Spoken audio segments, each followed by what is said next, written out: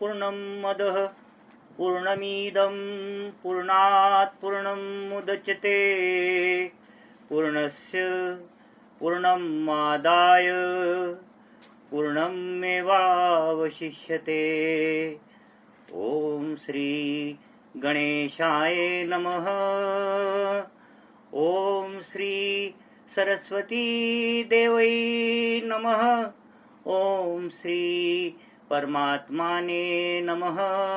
ओम श्री गुरुचरण कमलेभ्यो नमः। ओम श्री शांताकारं भुजगशयनं पद्मनाभं सुरेशं विश्वाधारं गगनसदृशं मेघवर्णं शुभांगं श्रीलक्ष्मीकान्तं कमलनयनं योगिभिर्ध्यानगम्यं वन्दे विष्णु भवभयहरं सर्वलोकैकनाथम्। ॐ यम ब्रह्मा वरुणेन्द्र रुद्र मरुतः स्तुन्वन्ति दिव्यैः स्तवैर्वेदैः साङ्गपदक्रमोपनिषदैर्गायन्ति यं सामगाः ध्यानावस्थिततद्गतेन मनसा पश्यन्ति यम योगिनो यशान्तं न विदुः सुरासुरगणा देवाय तस्मै नमः। ओम। तो इस प्रकार से भगवान का स्मरण करते हुए, गुरुजनों के दंडवत प्रणाम करते हुए हम लोग आज इस ज्ञान यज्ञ की शुरुआत करते हैं। आरंभ। हाँ, ठीक है ना। तो इस ज्ञान यज्ञ में हम लोगों ने क्या क्या जानना है? एक तो जन्म का लक्ष्य, कि हमारा जन्म किस वजह से, क्योंकि जन्म लेने के बाद मरना निश्चित है, तो फिर जन्म लेने का कोई ना कोई लक्ष्य तो जरूर होगा। यूं ही तो कोई जन्म लेकर मर नहीं रहा है संसार में। तो फिर एक तो वो लक्ष्य जानना है, और उस लक्ष्य तक पहुंचने के मार्ग जो भगवान ने बताए हैं उनका हम लोग इस ज्ञान यज्ञ में अध्ययन करेंगे। ठीक है ना। तो आज हम लोग इसमें फिर गीता शास्त्र, तो गीता शास्त्र का अध्ययन करेंगे। गीता जी का तो सभी लोग जानते हैं कि भगवान ने उस धर्म भूमि में युद्ध के समय में ये उपदेश हम लोगों को अर्जुन के निमित्त से दिया था। हाँ, सारे संसार को। और ये इस प्रकार का ये धर्म है कि इसमें किसी प्रकार का कोई भेद नहीं है, माने संपूर्ण मानव जाति के लिए है। तो ये मानव धर्म बताया गया है। इसमें हिंदू मुसलमान सिख ईसाई ऐसा कुछ नहीं है। हाँ, तो ऐसा कुछ नहीं है। वो आप जिस चाहे धर्म के हो, जिस चाहे धर्म को मान रहे हो, आप उसे मानते चले जाओ और जीवन को इस प्रकार से ढाल लो। अब तो ढाल लेने से क्या होने वाला है? एक तो इस संसार में आप जहाँ जी रहे हो वहाँ सुखी हो जाओगे, और दूसरा कि जब शरीर को त्यागोगे तो किसी अच्छे गति को प्राप्त हो जाओगे। माने दोनों बातें होती है इसमें। बाकी आप मान लो सिख ईसाई वो कोई भी धर्म को मान रहे हो तो कोई बात नहीं, उसमें क्या हर्ज है। आप जैसे भाई हम लोग कहेंगे कि भाई ब्रह्म का पूजन, भगवान का पूजन, तो वो कहेंगे गॉड का पूजन। भाई इतना ही अंतर है। हाँ, बाकी कोई अंतर नहीं है। इसलिए ये ऐसा ना कोई समझे कि किसी जाति विशेष या धर्म विशेष के लिए है। ये तो संपूर्ण मानवता के वास्ते से ये उपदेश किया गया है।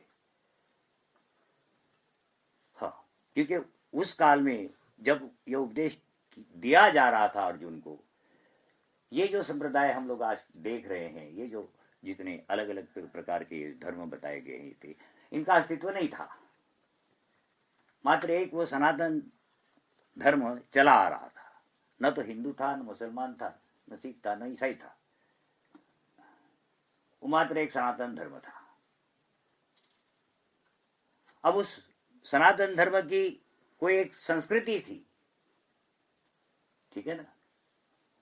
अब जिस देश में एक धर्म और एक संस्कृति का पालन होता है, अब यहां धर्म माने कर्तव्य कर्म, माने वास्तव में आपको जीवन जन्म लेने के बाद करना क्या है, वो धर्म कंपलसरी, हाँ वो धर्म। हाँ, ये सनातन धर्म का ही अस्तित्व चला आ रहा था और ये दूसरे जो अस्तित्व में नहीं थे, इसलिए ये जो भी उपदेश दिया जा रहा है ये मानवता के वास्ते से है। और इनको जितने हम तो सोचते हैं जितने भी पढ़े लिखे लोग हैं, खास करके ऐसे लोगों ने तो इसको जरूर इसका अध्ययन करना चाहिए। हाँ, क्योंकि ये बहुत अच्छी फिलॉसफी है और ये ऐसी एक फिलॉसफी है कि जहाँ आप इस जन्म में ही सुखी हो सकते हो संसार में, और जब आप शरीर को त्यागते हो तो आप अच्छे गति को प्राप्त होते हो। इसलिए इसका जरूर अध्ययन करना चाहिए। तो हम लोग इस ज्ञान यज्ञ में इसी का फिर गीता शास्त्र का अध्ययन करेंगे और देखते हैं कि भगवान अर्जुन को निमित्त बनाकर सारे संसार को कौन सा उपदेश दे रहे हैं, संसार के मानवों को। हाँ, ठीक है। ओम श्री परमात्मने नमः।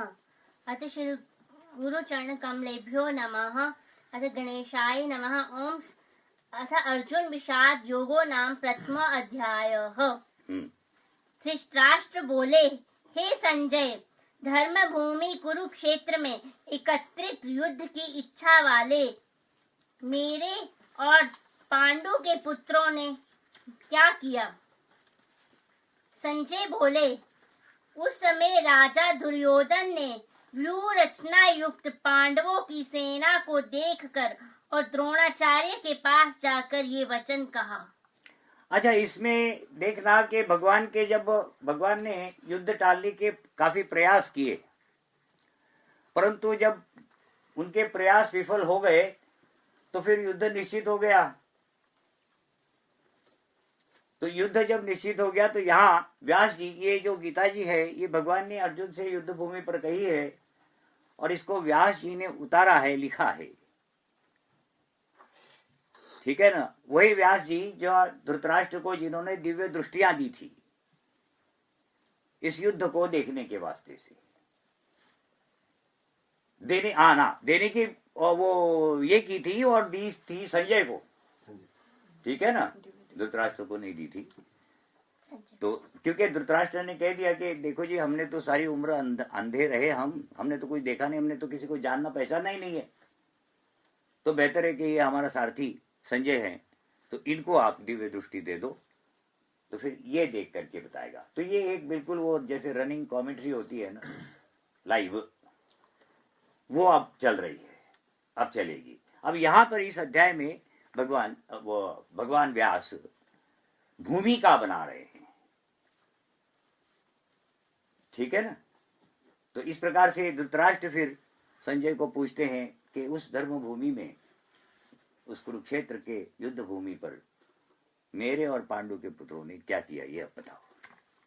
हाँ, और वो संजय फिर अपनी दिव्य दृष्टि से देख रहे हैं और सुन भी रहे हैं।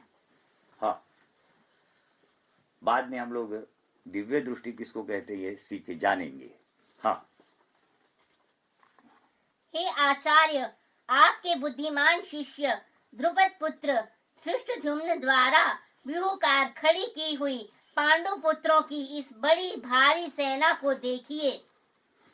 इस सेना में बड़े बड़े धनुषों वाले तथा युद्ध में भीम और अर्जुन के समान शूरवीर सात्यकी और विराट तथा महारथी राजा द्रुपद, धृष्टकेतु और चेकितान तथा बलवान काशीराज पुरुजित, कुंती भोज और मनुष्यों में श्रेष्ठ शैब्य, पराक्रमी युधामन्यु तथा बलवान उत्तम औजा सुभद्रा पुत्र अभिमन्यु एवं द्रौपदी के पांचों पुत्र, ये सभी महारथी हैं। ये संजय बता रहे हैं किसको? धृतराष्ट्र को, ठीक है ना। ये भूमिका बताई जा रही है कि वहां उस धर्म भूमि पर क्या स्थितियां थी उस समय। हाँ, आगे। हे ब्राह्मण श्रेष्ठ, अपने पक्ष में भी जो प्रधान हैं उनको आप समझ लीजिए। आपकी जानकारी के लिए मेरी सेना के जो सेनापति हैं उनको बतलाता हूँ। एक तो स्वयं आप द्रोणाचार्य और पितामह भीष्म तथा कर्ण और संग्राम विजयी कृपाचार्य तथा वैसे ही अश्वत्थामा, विकर्ण और सोमदत्त का पुत्र भूरिश्रवा और भी मेरे लिए जीवन की आशा त्याग देने वाले बहुत से शूरवीर अनेक प्रकार के शस्त्रों से सुसज्जित और सब के सब युद्ध में चतुर हैं। अब ये दुर्योधन द्रोणाचार्य को बता रहे हैं, ये संजय धृतराष्ट्र को बता रहे हैं। हाँ, वो ध्यान रखना है। हाँ। और भीष्म पितामह द्वारा रक्षित हमारी वह सेना सब प्रकार से अजय है और भीम द्वारा रक्षित इन लोगों की ये सेना जीतने में सुगम है।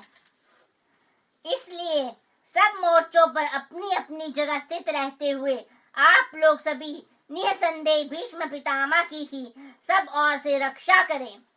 इस प्रकार द्रोणाचार्य से कहते हुए दुर्योधन के वचनों को सुनकर कौरवों में वृद्ध बड़े प्रतापी पितामह भीष्म ने उस दुर्योधन के हृदय में हर्ष उत्पन्न करते हुए उच्च स्वर में सिंह की दहाड़ के समान गर्जन कर शंख बजाया।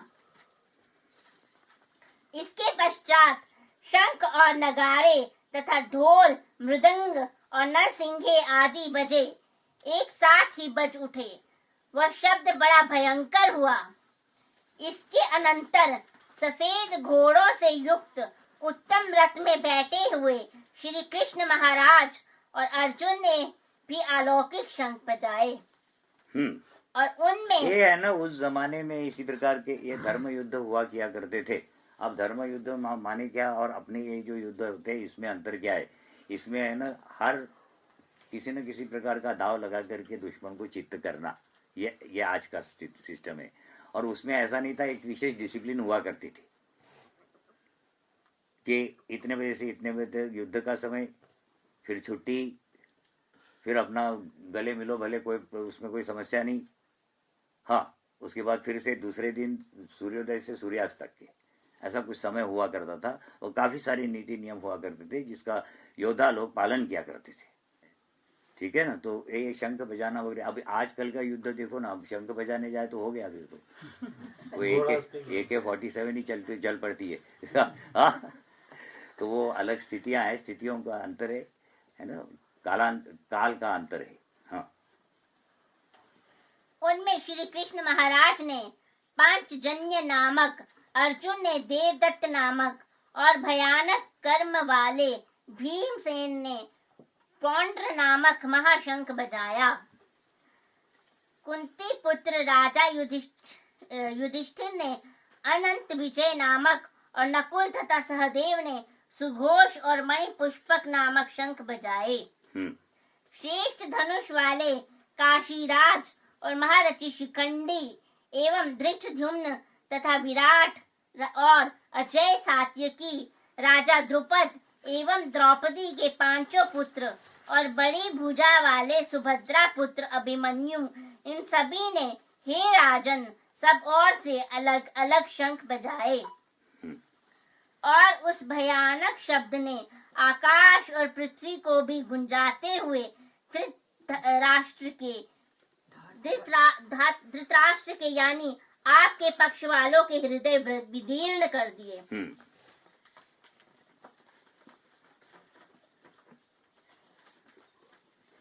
हे राजन, इसके बाद कपिध्वज अर्जुन ने मोर्चा बांधकर डटे हुए धृतराष्ट्र संबंधियों को देखकर उस शस्त्र चलने की तैयारी के समय धनुष उठाकर ऋषिकेश श्री कृष्ण महाराज से ये वचन कहा, हे अच्युत, मेरे रथ को दोनों सेनाओं के बीच में खड़ा कीजिए और जब तक कि मैं युद्ध क्षेत्र में डटे हुए युद्ध के अभिलाषी इन विपक्षी योद्धाओं को भली प्रकार देख लूं कि इस युद्ध रूप व्यापार में मुझे किन किन के साथ युद्ध करना योग्य है, तब तक उसे खड़ा रखिए।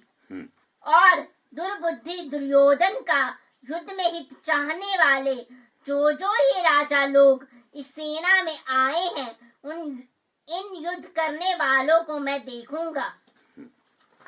संजय बोले, हे धृतराष्ट्र, अर्जुन द्वारा इस प्रकार कहे हुए महाराज श्री कृष्ण चंद्र ने दोनों सेनाओं के बीच में भीष्म और द्रोणाचार्य के सामने तथा संपूर्ण राजाओं के सामने उत्तम रथ को खड़ा करके इस प्रकार कहा कि हे पार्थ, युद्ध के लिए जुटे हुए इन कौरवों को देख। इसके बाद प्रथापुत्र अर्जुन ने उन दोनों ही सेनाओं में स्थित ताऊ चाचों को, दादों परदादों को, गुरुओं को, मामाओं को, भाइयों को, पुत्रों को, पौत्रों को तथा मित्रों को, ससुरों को और सुहृदों को भी देखा। देखो, ऐसा है, जब हम लोग किसी स्थितियों की कल्पना करते हैं ना, तो अधिकतर हम लोग समकल्पना नहीं करते, माने चारों तरफ से सोचते नहीं है, है ना। जब ये युद्ध घोषित हुआ तो अर्जुन बड़ा उत्तेजित हो गया कि अब चलो, अब युद्ध में जाना है, और बहुत उत्साहपूर्वक उस युद्ध के भूमि पर पहुंच गया। ठीक है ना। अब वहां पहुंचते साथ जब उसने देखा सामने, तो फिर तो घबरा गया, क्योंकि वो तो सारे उसके सारे रिश्ते नाते ही थे। कुछ तो ऐसे थे जिनके गोद में खेला है वो बचपन से।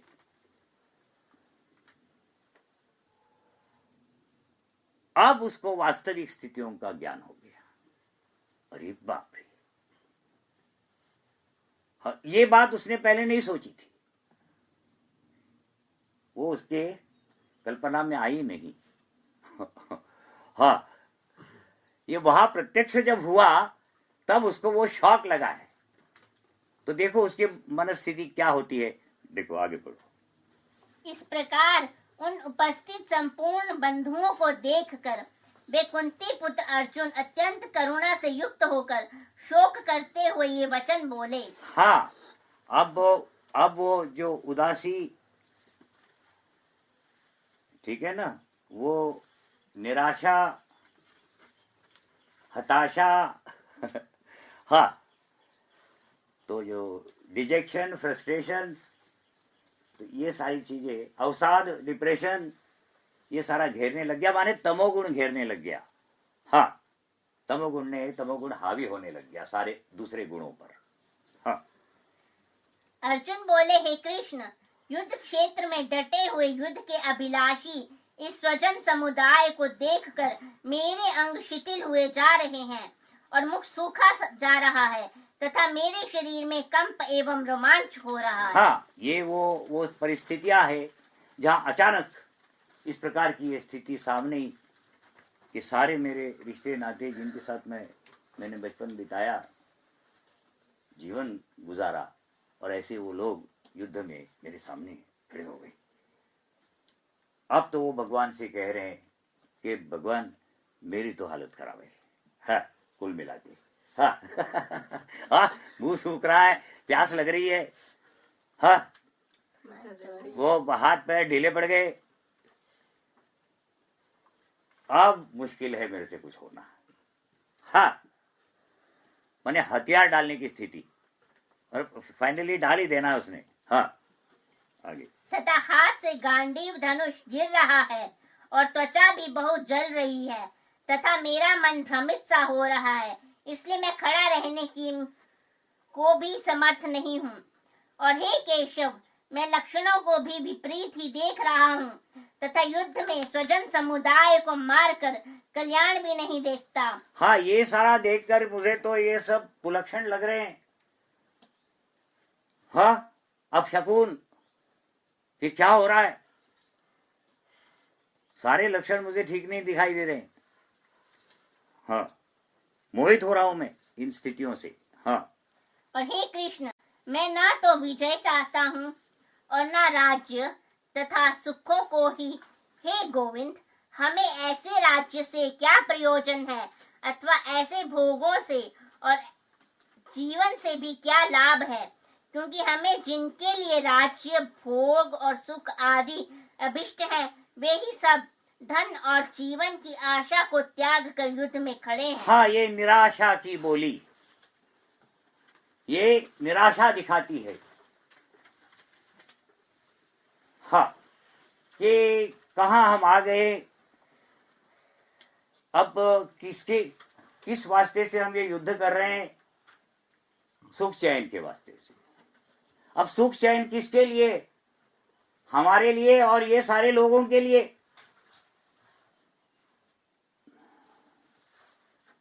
अब जिनके लिए हम सुख चैन चाह रहे हैं, उन्हीं को मारने के लिए मारना पड़ रहा है। सोच लो आप, कैसी स्थिति है मेरी। ऐसा वो भगवान से कह रहे हैं कि जिनके वास्ते से हम ये युद्ध, वो जो राज्य और सुख चैन चाह रहे हैं, उन्हीं को मार करके हमें वो मिलना है। देख लो क्या स्थिति है। हाँ, माने हमने एक बार शायद पहले भी कहा है कि अगर इस महाभारत में भगवान नहीं आए होते ना, तो तुम लोगों ने अर्जुन को बड़ा बदनाम कर डालना था। हाँ, और उसको विलेन बना डालना था कि इसने भीष्म पितामह को मार डाला, इसने ढिकाले को मार दिया, इसने ऐसा किया और ये नरकों को गया होगा, जबकि उस स्वर्गों में ऐश कर रहा होता। क्योंकि तुम लोगों की बुद्धि उल्टी, सोच उल्टी। हाँ, अब ये जो बात वो बता रहा है, देखो मन को कितनी पटती है, पर है वो निराशा, है ना। निराशा की बातें हैं, वो उसमें से निराशा झलकती है। हाँ, तो आगे देखिए क्या होता है। जो कि गुरुजन, ताऊ, चाचे, लड़के और उसी प्रकार दादे, मामे, ससुर, पौत्र, साले तथा और भी संबंधी लोग हैं। इसलिए हे मधुसूदन, मुझे मारने पर भी अथवा तीनों लोगों के राज्य के लिए भी मैं इन सब को मारना नहीं चाहता। फिर पृथ्वी के लिए तो कहना ही क्या है। हाँ, ये तो क्या बात है। ये पृथ्वी का राज्य तो क्या है, तीनों लोग भी अगर मिल जाए मुझे, तो तब भी ये कर्म तो मैं नहीं कर सकता। हाँ, ये तो मेरे से संभव नहीं होगा। हाँ, आगे। हे जनार्दन, धृतराष्ट्र के पुत्रों को मारकर हमें क्या प्रसन्नता होगी? इन आतताइयों को मारकर तो हमें पाप ही लगेगा। हाँ, ये अब हमारे रिश्तेदार है, हमारे भाई है, और इनको अगर हम मार देते हैं तो फिर तो ये तो पाप ही लगना है। तो ऐसा ये कर्म करना चाहिए, नहीं करना चाहिए, सोच की बात है। हाँ, अतएव हे माधव, अपने ही बांधव धृतराष्ट्र के पुत्रों को मारने के लिए हम योग्य नहीं हैं, क्योंकि अपने ही कुटुंब को मारकर हम कैसे सुखी होंगे। यद्यपि लोभ से भ्रष्ट चित्त हुए ये लोग कुल के नाश से उत्पन्न दोष को और मित्रों से विरोध करने में पाप को नहीं देखते, तो भी हे जनार्दन, कुल के नाश से उत्पन्न दोष को जानने वाले हम लोगों को इस पाप से हटने के लिए क्यों नहीं विचार करना चाहिए। हाँ, कि चलो ये लोग तो चलो मोहित किस्म के लोग हैं, अधर्म को धर्म मानकर बैठे हुए लोग हैं, इनके पास तो चलो ज्ञान नहीं, पर हमारे पास तो ज्ञान है। हम अगर अपने आप को ज्ञानी कह रहे हैं और फिर भी इस प्रकार का ये कर्म कर रहे हैं, हम लोगों ने सोचना चाहिए कि हम क्या कर रहे हैं। वो भले सोचे ना सोचे, वो तो चलो अपनी जगह, उनको वो अज्ञानी है ही है, पर जब हम अपने आप को ज्ञानी मान रहे हैं, मान लो, तो फिर हम लोगों को नहीं सोचना चाहिए इस बारे में। क्योंकि कुल के नाश से सनातन कुल धर्म नष्ट हो जाते हैं। कुल के नाश से सनातन कुल धर्म नष्ट हो जाते हैं, माने उस कुल का वो कोई धर्म जो सनातन काल से चला आ रहा है। अब धर्म माने कर्तव्य कर्म, हाँ, उस कुल का कोई ना कोई कर्तव्य कर्म रहा होगा, आजकल तो मालूम ही नहीं ना। हाँ, आजकल तो मालूम ही नहीं, क्योंकि संस्कृति को तो बहुत दूर छोड़ा है हम। हाँ, तो वो जो कुल धर्म है वो क्या कहते हैं, पढ़ो फिर से। क्योंकि कुल के नाश से सनातन कुल धर्म नष्ट हो जाते हैं। हाँ, वो तो नष्ट होगा ही, चेन टूट गई, चेन टूट गई। हाँ, तो वो सनातन धर्म जो है वो नष्ट हो जाता है। आगे, धर्म के नाश हो जाने पर संपूर्ण कुल में पाप भी बहुत फैल जाता है। हाँ, अब धर्म ही नहीं रहा, सब लोग मनमानी करने लग गए, तो फिर क्या फैलेगा? सारे कुल में पाप ही पाप फैल जाता है, कहीं सुख नहीं, कहीं शांति नहीं, खींचाता नहीं। हाँ, आगे। तथा हे कृष्ण, पाप के अधिक बढ़ जाने से कुल की स्त्रियां अत्यंत दूषित हो जाती हैं। इसके कारण से पाप जब बढ़ते हैं तो फिर कुलक्षण भी देखने को मिलते हैं। उन कुल की स्त्रियां फिर गुमराह हो जाती है, रास्ते भटक जाती है। हाँ, जिसके कारण से फिर वर्ण संकर उत्पन्न होता है। कौन सा है? हाँ, आगे बढ़ो।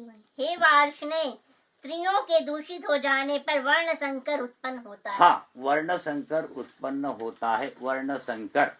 अब देखो, हमारा ये सनातन धर्म जो है ये वर्ण की व्यवस्था को मानने वाला धर्म है, माने वर्ण व्यवस्था इसका एक अंग है। तो आगे हम लोग जानेंगे कि ये 4 वर्ण है और ये 4 वर्ण के अपने अपने गुण प्रधान होते हैं उनमें, और उनको अपने अपने कर्म दिए हुए उनके स्वभाव के अनुसार।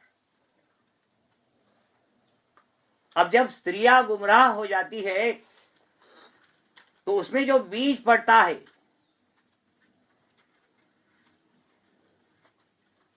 तो उसके कारण से जो संतान उत्पन्न होती है वो वर्ण संकर की होती है। अब वर्ण संकर माने कंफ्यूज्ड, माने ना तो वो ब्राह्मण होगा, ना क्षत्रिय होगा, ना वैश्य होगा, ना क्षूद्र होगा। जो संतान उत्पन्न होगी वो, उसमें कोई भी स्वभाव नहीं होगा प्रधानता से,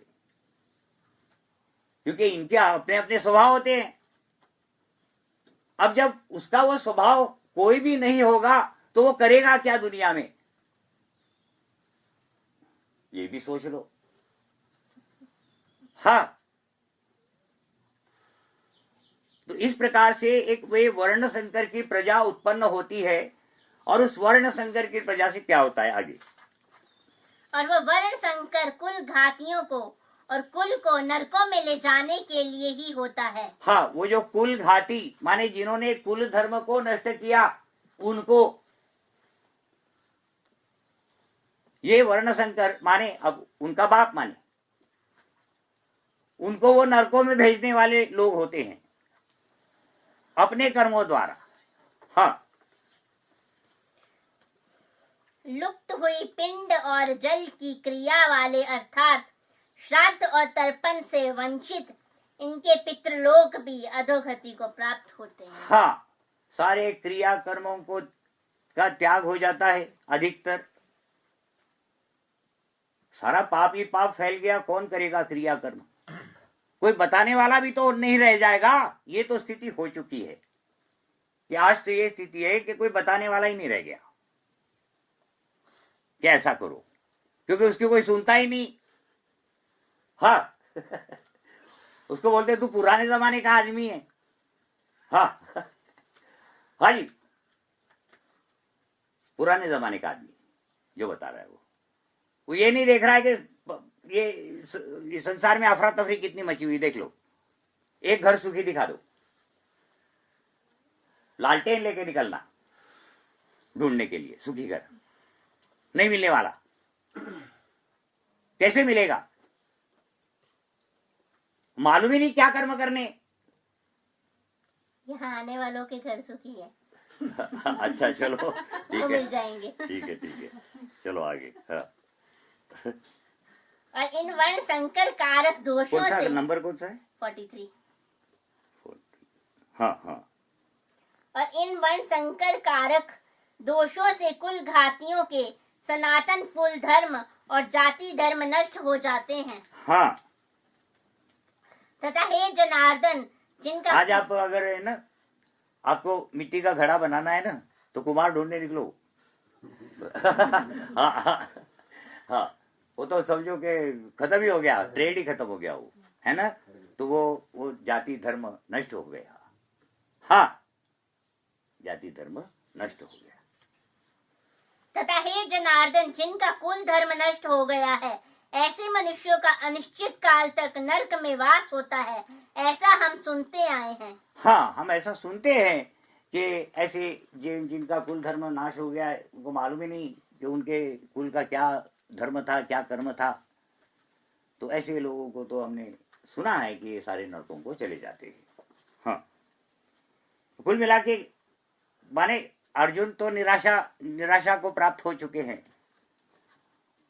और ये सारी निराशा भरी बातें वो भगवान को बता रहे हैं, और ये दिखाने का प्रयास कर रहे हैं कि मैं बड़ा बुद्धिमान हूं। हाँ हाँ जी, मैं बड़ा समझदार हूं। तर्क देकर। हाँ जी, हाँ जी, हाँ, आगे। हाँ शोक, हम लोग बुद्धिमान होकर भी महान पाप करने को तैयार हो गए हैं, जो राज्य और सुख के लोभ से स्वजनों को मारने के लिए उद्यत हो गए हैं। हाँ, हम लोग इतने बुद्धिमान पढ़े लिखे लोग, और हम लोग ये क्या कर रहे, अपने ही भाइयों को मार रहे। पहले नहीं सोचा इन्होंने, जब घर में थे ये नहीं सोचा आई थी, ये युद्ध भूमि पे ही आई, उस प्रत्यक्ष स्थितियों को देख करके। हाँ, अगर पहले सोच लिया होता तो वो भूमि पे पहुंचते ही नहीं फिर तो। हाँ। यदि मुझ शस्त्र रहित एवं सामना न करने वालों को शस्त्र हाथ में लिए हुए धृतराष्ट्र के पुत्र रण में मार डालें, तो वह मारना भी मेरे लिए अधिक कल्याणकारक होगा। हाँ, माने उस जमाने में युद्ध की ये था, एक नियम था कि बिना हथियार वाले को नहीं मारा जाता था। जिसके हाथ में हथियार नहीं है उसके साथ युद्ध नहीं किया जाता था। तो अर्जुन तो कह रहा है कि अगर ऐसा भी कर ले वो मेरे साथ कि मैं अपना हथियार डाल देता हूं और वो आके मुझे मार ले, तब भी मुझे लगता है कि यही ठीक रहेगा, मरना इनके हाथों, इस टाइप से। हाँ, बेमौत। हाँ। संजय बोले कि रणभूमि में शोक से उद्विग्न मन वाला अर्जुन इस प्रकार कहकर बाण सहित धनुष को त्याग कर रथ के पिछले भाग में बैठ गया। हाँ, इस प्रकार से उस निराश होकर के, हताश होकर के अर्जुन फिर अपनी मजबूरियां बता करके उसने फिर अपने उस धनुष्य बाण को त्याग दिया, वहीं छोड़ दिया और रथ के पीछे जाकर के वो बैठ गए कि अब हमने युद्ध नहीं करना, ऐसा सोच करके लगभग उन्होंने पक्का ही कर दिया। ठीक है ना। ओम तत्सदिति श्रीमद् भगवद गीता सुपनिषत्सु ब्रह्म विद्यायाम योग शास्त्रे श्री कृष्ण अर्जुन संवादे अर्जुन विषाद योगो नाम प्रथम अध्यायः। हरि ओम तत्सत्, हरि ओम तत्सत्।